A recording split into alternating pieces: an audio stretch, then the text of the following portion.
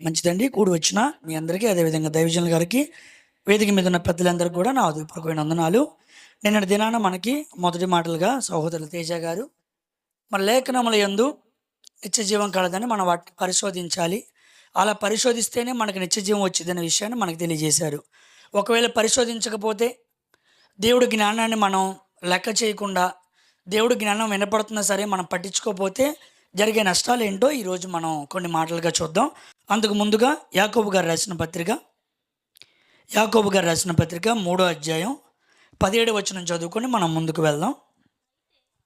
అయితే పైనుండి వచ్చు జ్ఞానము మొట్టమొదట పవిత్రమైనది, తర్వాత సమాధానకరమైనది, మృదువైనది, సులభముగా లోబడునది, కనికరముతోనూ మంచి ఫలములతోనూ నిండుకొనినది, పక్షపాతమైనను వేషధారణైనను లేనిది అయి మంచిదండి. నేటి సమాజంలో వాక్యాన్ని బోధించడం అనేది చాలా కఠినంగా మారిపోయిన పరిస్థితుల్లో మనం ఉన్నాం. ఈరోజు అప్డేటెడ్ సొసైటీలో వాక్యాన్ని అందరి హృదయాల్లోనికి తీసుకెళ్ళడం అనేది చాలా కష్టంగా మారిపోయింది. ఒక పక్కన దైవ వాక్యానికి మతోన్మాదులు ఎంతోమంది వ్యతిరేకంగా మారుతున్నారు. బైబిల్ని తప్పని, యేసుక్రీస్తు వారు తప్పని, ఇదంతా కూడా ఒక నాటకంగా చెప్పబడిన విషయాలని చెప్పి ఎంతోమంది మతోన్మాదులు మన చుట్టూ కనపడుతూనే ఉంటారు. యూట్యూబ్ లాంటి సోషల్ మీడియాలు మనం చూస్తే ఇవన్నీ మీకు బాగా సుపరిచితమే. వీటి గురించి అంత బాగా చెప్పాల్సిన పని లేదు. అంటే మతోన్మాదుల దాడులు బాగా ఎక్కువైపోయిన రోజుల్లో మనం ఉన్నాం. ఆ విషయాన్ని పక్కన పెడితే దేవుని వాక్యాన్ని ఉన్నది ఉన్నట్టుగా కాకుండా కలుపుతూ చెరుపుతూ, దానికి అనేకమైన విషయాలు కలుపుతూ ఇష్టారాజ్యంగా దేవుని వాక్యాన్ని వక్రీకరించి బోధించే క్రైస్తవుల్లోనే బోధకులు ఉండగా లేరు, వాళ్ళు కూడా అలాగే ఉన్నారు. నిన్నటి రోజున మనం చదువుకున్నాం, క్రీస్తు విరోధి ఎవరిలో నుంచి బయట వెళ్తాడంట? బయట నుంచా, మనలో నుంచా? అంటే వాక్యం తెలిసిన వాడే క్రీస్తుకు విరోధిగా మారగలడు, మరి ఎక్కువగా అన్నమాట. ఇలా చూస్తూ వెళ్తే మన పక్షాన ఉంటూ మనకే విరోధంగా తయారవుతున్నాడు. లెక్క ప్రకారంగా మన పక్షాన ఉన్నవాడు మనకు విరోధి అవ్వకూడదు, కానీ వాక్యాన్ని స్వలాభం కోసం అనుకూలంగా మార్చుకొని దేవుని వాక్యాన్ని వక్రీకరిస్తూ బోధించే వల్లే ఈరోజు సమాజంలో ఎక్కువ మంది అయ్యారు. వాళ్ళందరూ కూడా మనకి టీవీ ఛానల్స్లోనూ అక్కడక్కడ కనపడుతూ ఉన్నారు. సో ఇటువంటి గడ్డు పరిస్థితుల మధ్య వాక్యాన్ని ఉన్నది ఉన్నట్టుగా నిస్వార్థంగా మనుషుల హృదయాల్లోనికి వాక్యాన్ని చొప్పింపజేసి, వాక్యాన్ని నడిపించి, అందరికీ వాక్యానుసారమైన జీవితాన్ని బ్రతకాలి అని అందరినీ ఒక దాటి మీదకి తేవడం అనేది చాలా కష్టతరమైన విషయం. అది చాలా కష్టసాధ్యమైన పని అనమాట. ఒక మాట మనం కూడా ఆలోచించుకుంటే ఈరోజు మనందరం కూడా ఇక్కడ కూడి ఉన్నాం. ఎవరి ద్వారా కూడి ఉన్నాం? దేవుడి ద్వారానే మనం కూడి ఉన్నాం. కనపడకుండా మనకి దేవుడు, కనపడుతూ దైవజనులు, ఎంతోమంది వ్యక్తులు, అందరం కూడా కలిసి ఒక దాటి మీద ఉండి సత్యవాక్యాన్ని నేర్చుకోవాలని మనం అనుకుంటున్నాం. కానీ బయట పరిస్థితులు అలా లేవు. జ్ఞానం చాలా కొదువుగా మారిపోయింది. ఒకవేళ జ్ఞానం దొరికిద్ది అనుకున్న చోట అసలైన జ్ఞానం దొరకట్లేదు. ఈ జ్ఞానం నేర్చుకోవటానికి మనం ఇబ్బంది పడుతూ ఉంటే ఇక నేర్చుకోకపోవడంలో చాలా నష్టం జరిగిద్ది అన్నమాట. నేర్చుకుంటే నిత్య జీవం అనే విషయం మనకు తెలుసు, నేర్చుకోకపోతే చాలా నష్టం జరిగే అవకాశం ఉంది. కాబట్టి దేవుడు వాక్యం పట్ల మనందరం కూడా మనసు పెట్టాలి. అయితే జ్ఞానం ఎలాంటిదో ఒకసారి యాకోబు గారు చెబుతున్నారు చూడండి. యాకోబు గారు రాసిన పత్రిక 3వ అధ్యాయం 17వ వచనంలో అయితే అని అన్నాడంటే పైన ఏదో చెప్పాడనమాట. పైన లోక సంబంధమైన జ్ఞానం గురించి, భూ సంబంధమైన జ్ఞానం గురించి, ప్రకృతి సంబంధమైన జ్ఞానం గురించి చెప్పి ఇప్పుడు ఇంకో జ్ఞానం గురించి చెబుతున్నాడు అనమాట. అయితే పైనుండి వచ్చు జ్ఞానము మొట్టమొదట, అంటే ఈ భూలోకంలో ఏ జ్ఞానం కూడా మనిషిని ఏం చేయలేదు, పవిత్రపరచలేదు. ఒక మనిషి పరిశుద్ధుడు అవ్వాలంటే, ఒక మనిషి పవిత్రుడు అవ్వాలంటే ఈ భూలోకంలో ఏ జ్ఞానం కూడా మనిషిని పవిత్రుడిగా చేయదు. ఈ భూలోక జ్ఞానం మనిషిని పవిత్రుడిగా చేయాలనుకో ఏం చెప్పిద్ది అనుకున్నారు? నీళ్ళలో మునిగితే పాపాలు పోతాయి అని చెప్పిద్ది, నదుల్లో మునిగితే పాపాలు పోతాయి అని చెప్పిద్ది, సముద్రంలో మునిగితే పాపాలు పోయిద్ది అని చెప్పిద్ది. అలా పోతాయి ఆ పాపాలు. అంటే భూలోక సంబంధమైన జ్ఞానంలో ఒక మనిషి ఏం కాలేడు? పవిత్రుడు కాలేడు. నెక్స్ట్ తర్వాత సమాధానకరమైనది. ఒక మనిషితో ఇంకో మనిషి సమాధాన పడాలంటే దేవుడు మాటలుంటేనే సమాధాన పడతాడు.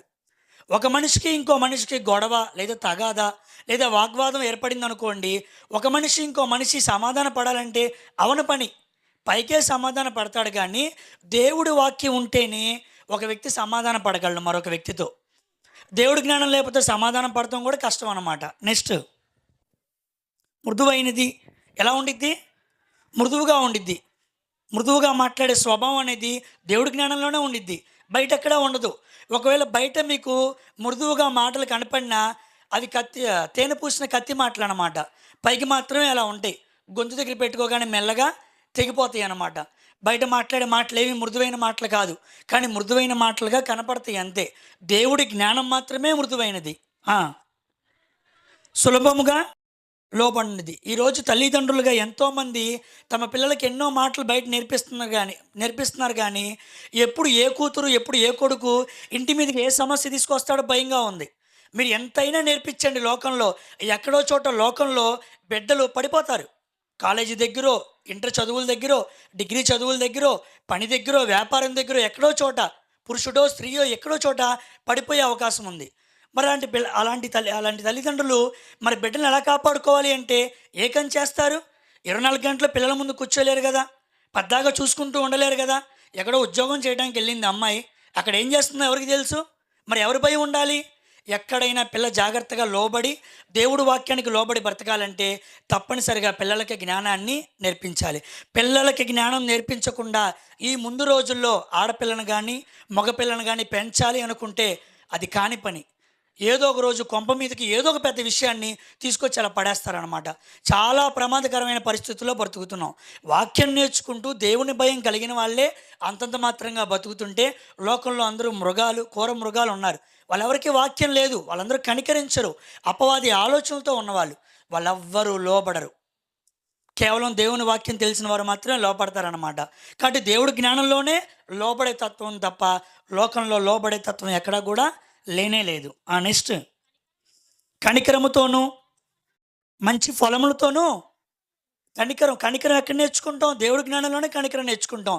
ఒక ముక్కు మొహం తెలియని వ్యక్తిని ప్రేమించు అని బైబిల్ తప్ప ఏ జ్ఞానం చెప్పింది? బైబిల్లో ముఖ్యంగా చెప్పబడిన ఆజ్ఞ ఏంటి? నీ పొరుగు వారిని ప్రేమించాలి. ఇంకా కఠినంగా చెప్పాలంటే నీ పొరుగు వారిని నీలాగా ప్రేమించాలి అని ఎవరు చెప్పారు? బైబిలే చెప్పింది. అటువంటి పక్కవాడి మీద, పరిచయం లేని వాడి మీద, పొరుగువాడి మీద కనికరం చూపించాలన్న మాట పైనుంచి వచ్చిన జ్ఞానంలోనే ఉంది తప్ప లోక జ్ఞానంలో ఎక్కడా లేదు. ఈ లోకంలో ఏ ప్రబుద్ధుడు ఆ మాటలు చెప్పలేదు. కేవలం ప్రభు అయిన యేసుక్రీస్తు వారు మాత్రమే ఆ మాటలు చెప్పారు. ఆ జ్ఞానాన్ని భూమి మీదకి తీసుకొచ్చాడు ఆయన. నెక్స్ట్, పక్షపాతమైనను వేషధారణైనను. పక్షపాతం ఉండదు దేవుడి మాటల్లో. దేవుడు తమ్ముడు తనవాడైనా సరే ఒకే సాక్ష్యం మాట్లాడుతూ ఉంటారనమాట. పాస్టర్ గారైనా ఎవరైనా సరే, వాక్యం ఎటువంటి వ్యక్తులకైనా. అందుకే మనకు బైబిల్లో రాయబడి ఉండిద్ది, 2 అంచుల వాడగలిగిన ఎటువంటి ఖడ్గము కంటే పదునుగా ఉండిద్ది అనమాట. పక్షపాతం లేదు. వాక్యాన్ని నేను చెబుతున్నాను కాబట్టి మీరు అనకూడదు, వింటున్నారు కాబట్టి మీరు నన్ను అనకూడదు. దైవజనులైనా, బిషప్పులైనా, అపోస్తులైనా, ఎంత పెద్ద గొప్ప వాక్య పరిశోధకులైనా, వాక్యాన్ని బోధించే వాళ్ళైనా తప్పు చేస్తే తప్పు, పాపం చేస్తే పాపం అని బైబిల్ అందరినీ కూడా సమానంగా చూస్తుంది. ఇటువంటి సమానత్వానికి, పక్షపాతం లేని ధోరణికి, వేషధారణ లేని ధోరణికి, సులువుగా లోబడే తత్వానికి, మృదువ తత్వానికి, ఈ అన్నిటికీ పరాకాష్ట ఎక్కడంటే పైనుంచి వచ్చిన జ్ఞానం. మరి ఆ జ్ఞానం పట్ల మనకు ఆసక్తి ఎక్కడుంది? ఆ జ్ఞానం నేర్చుకోవడానికి మనకు ఎక్కడుంది? పాత రోజుల్లో ఇశ్రాయేలు ప్రజలకు ఆ జ్ఞానం లేదు. ఎన్ని గొప్ప కార్యాలు, ఎన్ని అద్భుత కార్యాలు చేశాడు దేవుడు. సముద్రాన్ని చీల్చడం ఏంటి, ఎరుకో గోడలు కూలిపోవటం ఏంటి, ఐగుప్తు మహాసామ్రాజ్యాన్ని నాశనం చేయటం ఏంటి, అన్ని గొప్ప కార్యాలు జ్ఞానయుక్తంగా కళ్ళతో చూసినా సరే తర్వాత రోజులు వచ్చేసరికి తల్లిదండ్రులు ఎవ్వరూ కూడా ఆ మహత్కార్యాలని పరిశీలనగా చేయలేదు, పరిశోధించలేదు, పిల్లలకి చెప్పలేదు. న్యాయాధిపతుల గ్రంథం వచ్చేటప్పటికి యెహోవా అంటే ఎవడో తెలియకుండా మారిపోయారు. ఆ గొప్ప దేవుడు సర్వసృష్టిని చేసిన వాడు ఎవరో తెలియకుండా మారిపోయాడు. దానికి కారణం ఎవరు? తల్లిదండ్రులే. ఈరోజు తల్లిదండ్రులు పిల్లలకి ఎన్నో నేర్పిస్తున్నారు. వాటితో పాటు అమ్మ దేవుడి జ్ఞానం నేర్చుకో అని ఏ తల్లి ఏ తండ్రి బాధ్యతగా తీసుకొని నేర్పిస్తున్నారు చెప్పండి? సరే, నేర్పించట్లేదు కాబట్టే ఈరోజు సమాజం ఇలా మారిపోయింది. అదే నేర్పించుకుంటూ ఉంటే ఈరోజు పిల్లలు ముందు నుంచే దేవుని కోసం ఎంతో ఉన్నతంగా బ్రతికే అవకాశాలు ఉంటాయి. కాబట్టి దేవుడు వాక్యాన్ని పరిశీలన చేయటం అనేది చాలా ఇంపార్టెంట్. పరిశీలన చేయలేదనుకోండి, మనలో మృతత్వం ఉండదు. మృదువుగా మాట్లాడడం, అంత గట్టిగా మాట్లాడుతూ ఉంటాం, మాట చంపదప్ప తగిలేలా మాట్లాడుతూ ఉంటాం. మృదుత్వం అనేది ఉండదు, లోబడదు. మీరు ఏ పిల్లలకైనా దేవుడి వాక్యం నేర్పించకుండా నా మాట వినాలి అని తల్లిదండ్రులు కోరుకోమాకండి. ఎందుకంటే లోకంలో లోబడే తత్వం లేదు. పైకి లోబడుతున్నట్టు ఉంటారు. ఎందుకంటే అవి ఇవి ఏర్పాటు చేస్తారు కాబట్టి. దేవుడి జ్ఞానం నేర్పిస్తేనే పిల్లలు లోబడతారు. మృదువుగా ఉంటారు. పక్షపాతం ఉండదు. వేషధారణ ఉండదు. ఇవన్నీ పరిశోధిస్తేనే అర్థమైద్ది. దేవుడి వాక్యాన్ని ఏమాత్రం పరిశోధించకపోయినా మన పిల్లలకి ఈ లక్షణాల్లో ఏ లక్షణం రాదు. ఈ లక్షణం రాకపోతే ఏ పిల్లోడు తన జీవితాన్ని బాగు చేసుకోలేడు. ప్రతి ఒక్కడు నాశనం చేసుకుంటాడు. ఏ కన్న తల్లిదండ్రులు తమ బిడ్డలు నాశనం అయిపోవాలని ఎక్కడ ఎవరు కోరుకోరు. అలా కోరుకోకుండా ఉండాలంటే పిల్లలకి మనం ఈ జ్ఞానాన్ని నేర్పించాలి. ఈ జ్ఞానం ఎక్కడా దొరకదు. ఈ జ్ఞానం బైబిల్లో మాత్రమే ఉండిద్ది. ఒకసారి యోబు గ్రంథం తీయండి. నా మాటలు నేను ముగించుకుపోతున్నాను. చివరి మాటలుగా చూద్దాం. యోబు గ్రంథం తీయండి. యోబు గ్రంథం 28వ అధ్యాయం. 28వ అధ్యాయం ఒకసారి 12వ వచనం చదివి సహాయం చేయండి. అయితే జ్ఞానము ఎక్కడ దొరుకును? ఎక్కడ దొరికిద్ది? ఏడ కొంటారు దాన్ని? పిల్లలకి ఇంటర్ చదువులు అయితే ఇంటర్ కాలేజీల్లో కొంటాం. డిగ్రీ చదువులు అయితే డిగ్రీ కాలేజీలో కొంటాం. గవర్నమెంట్ ఉద్యోగాలు కొంటాం. ప్రైవేట్ ఉద్యోగాలు కొంటాం. ఇల్లులు కొంటాం. మన జ్ఞానం ఎక్కడ దొరికిద్ది? అది ఎక్కడ దొరికిద్దో కూడా చాలామందికి తెలియదు. అది ఇక్కడే ఈ అనుమరులపూడి గ్రామంలో ఎక్కడో చోట దొరుకుతుందన్నమాట. కానీ జ్ఞానం దొరుకుతున్న చోట మనుషులకు ఆసక్తి ఉండట్లేదు. అసలు ఈ మారుమూల ప్రాంతాలకి వాక్యం రావటమే గొప్ప. ఎందుకంటే ఎవరు వచ్చి వాక్యం చెప్పరు. పైపైన చెప్పుకుంటూ వెళ్ళిపోతారు. స్వలాభం కోసం ఏదో 4 మాటలు చెప్పి ఆదివారం కనపడ్డాము అన్నట్టుగా వెళ్ళిపోతారు. అలాంటిది మారుమూల గ్రామాలకి దేవుడి వాక్యాన్ని తీసుకురావటం ఒక గొప్ప విషయం. అందరినీ సమకూర్చడం ఇంకా గొప్ప విషయం. అక్కడ పత్రికలు చెప్పటం అది కత్తి మీద సాము లాంటి పని. కొంతమంది వింటారు, వినరు. చదువుకున్న వాళ్ళు ఉంటారు, చదువుకోలేని వాళ్ళు ఉంటారు. పొలానికి వెళ్ళే వాళ్ళు ఉంటారు, పనులు చేసుకునే వాళ్ళు ఉంటారు. అలాంటి వాళ్ళకి పత్రికలు చెప్పాలి. వాటి ఒక ప్రేమను తెలియచేయాలి. కొంత కాకపోతే కొంతమైన జ్ఞానం నేర్చుకుంటారు అని చెప్పి ఎన్నో వేల రూపాయలతో ఖర్చు పెట్టి ఈ ప్రాంతంలో ఏర్పాటు చేస్తుంటే ఇక్కడ నేర్చుకోకపోతే ఇంకా జ్ఞానం ఎక్కడ నేర్చుకుంటారండి? ఇది బైబిల్లో ఇది అదేంటి స్కూల్లో చెప్పే జ్ఞానం కాదుగా, కాలేజీలో చెప్పే జ్ఞానం కాదుగా, తల్లిదండ్రులు కూర్చోబెట్టి డైలీ చెప్పలేరుగా. అందుకే జ్ఞానాన్ని ఏర్పాటు చేస్తుంది. ఇక్కడ ఈ సన్నిధిలో దేవుని పట్ల భయభక్తులు లేకపోతే ఇక మనిషి ఎక్కడా భయపడ్డు. దేవుని సన్నిధి, దైవజనులు, దేవునికి సంబంధించిన సంఘపు వారు ఉన్న దగ్గర ఒక మనిషి కాస్త భయపడేది. వీళ్ళ దగ్గర కూడా ఒక మనిషి భయపడలేదు అంటే ఇక వాడు ఎక్కడా భయపడడు. వాడు మరణానికి కూడా భయపడడు. అంత ప్రమాదం అనమాట. జ్ఞానం ఎక్కడ దొరుకును? వివేచన దొరుకు స్థలము ఎక్కడ ఉన్నదంట. ఏంటంట? వివేచన అంటే ఏంటో తెలుసా?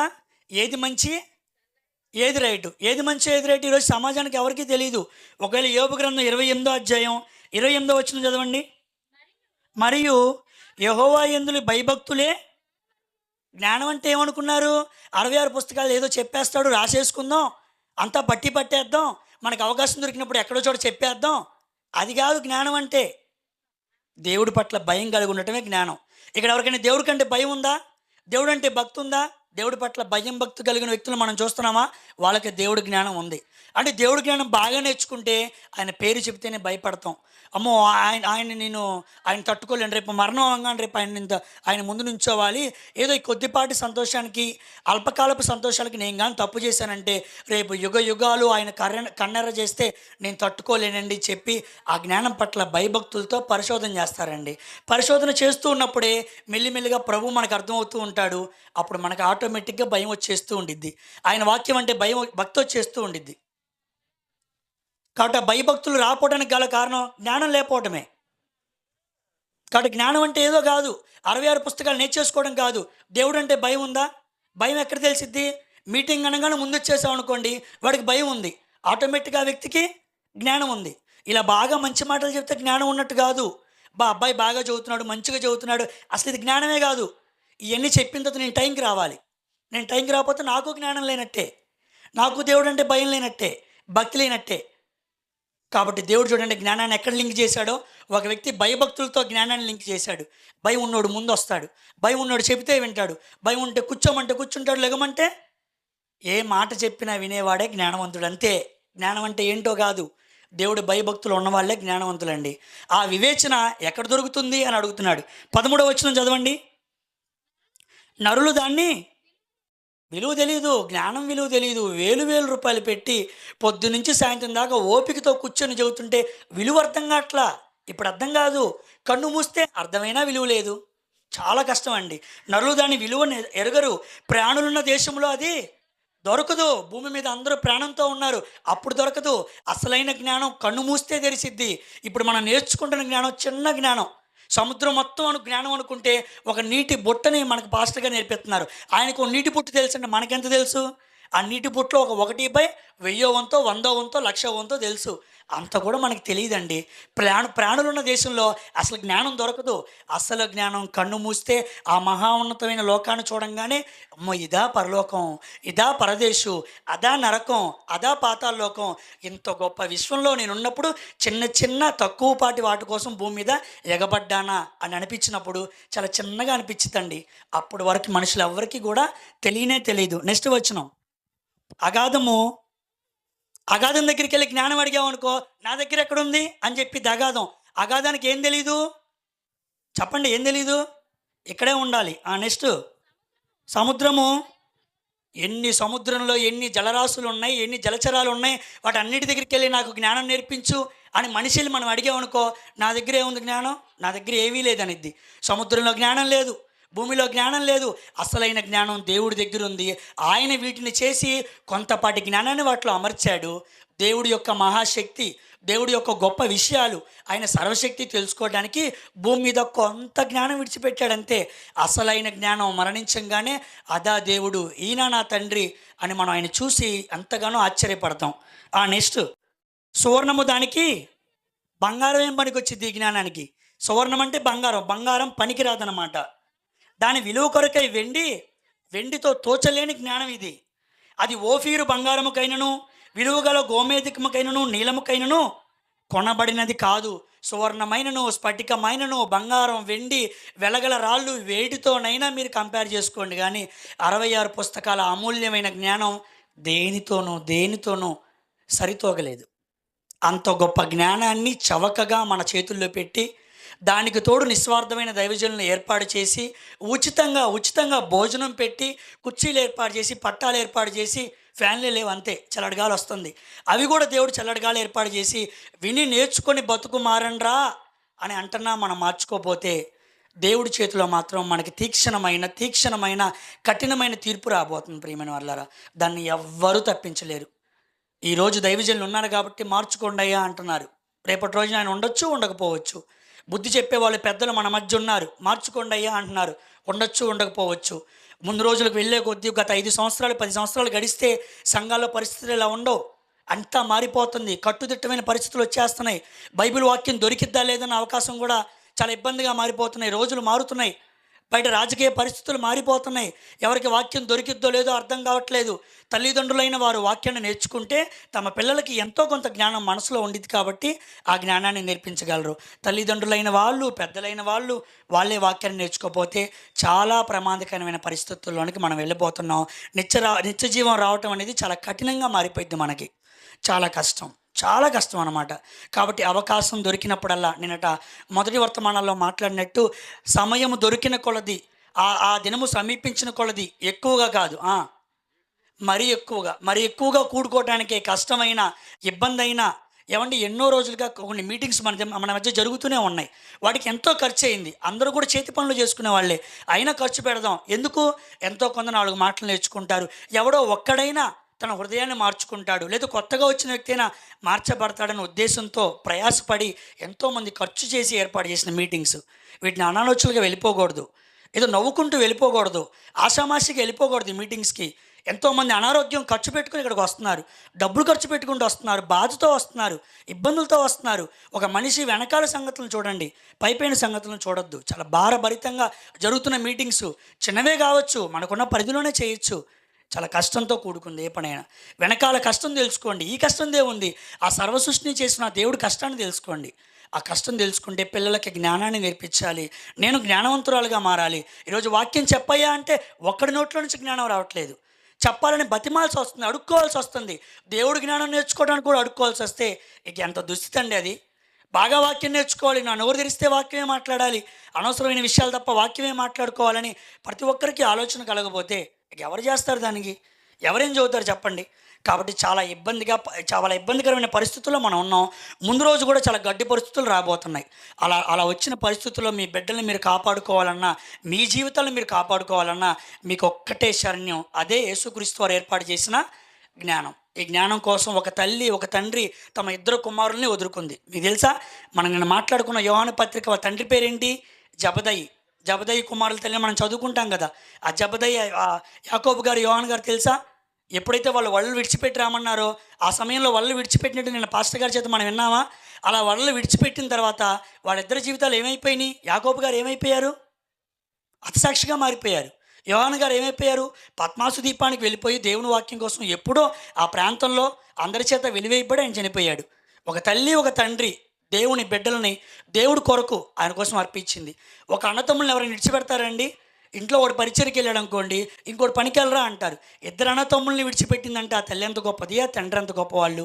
అలాంటి వాళ్ళు బయటకు వచ్చి వలలు విడిచిపెట్టి ఎంతో జ్ఞానాన్ని నేర్చుకొని దేవుని కొరకు ఉన్నతంగా బ్రతికి ఆ జ్ఞానాన్ని ఆయా సమయంలో ఇబ్బందికరమైన పరిస్థితుల్లో, కష్టంతో, ఇబ్బందుల్లో, జైల్లో అక్కడక్కడ బ్రతికి రాసి ఏర్పాటు చేసిన పత్రిక అది. సింపుల్ పత్రిక కాదు. 150 రూపాయలు కొనంగానే బైబిల్లో ఉన్న ఒక 3 పేజీల పత్రిక కాదది. దాని వెనకాల చాలా కష్టం ఉంది. ఆ కష్టం మనకు అర్థమైతే దైవజన్ నోటి నుంచి వచ్చిన ప్రతి మాట చాలా విలువగా ఉండాలి. ఉన్నప్పుడే వాడుకోవాలి, ఉన్నప్పుడే విలువను తీసుకోవాలి. మన మధ్య లాంటి పెద్దలు ఉండొచ్చు, ఉండకపోవచ్చు.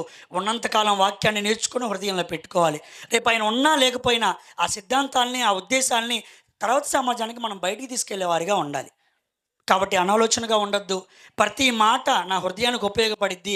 ఏదో ఒక రోజు నా బిడ్డలను సరి చేసుకోవడానికో, నా బ్రతుకునో, నా భార్యనో, నా భర్తనో సరి చేసుకోవడానికి ఉపయోగపడిద్ది అన్న ఉద్దేశంతో ఆ మాటలు విందాం. ఇచ్చిన మాటలను దేవుడు దీవించిన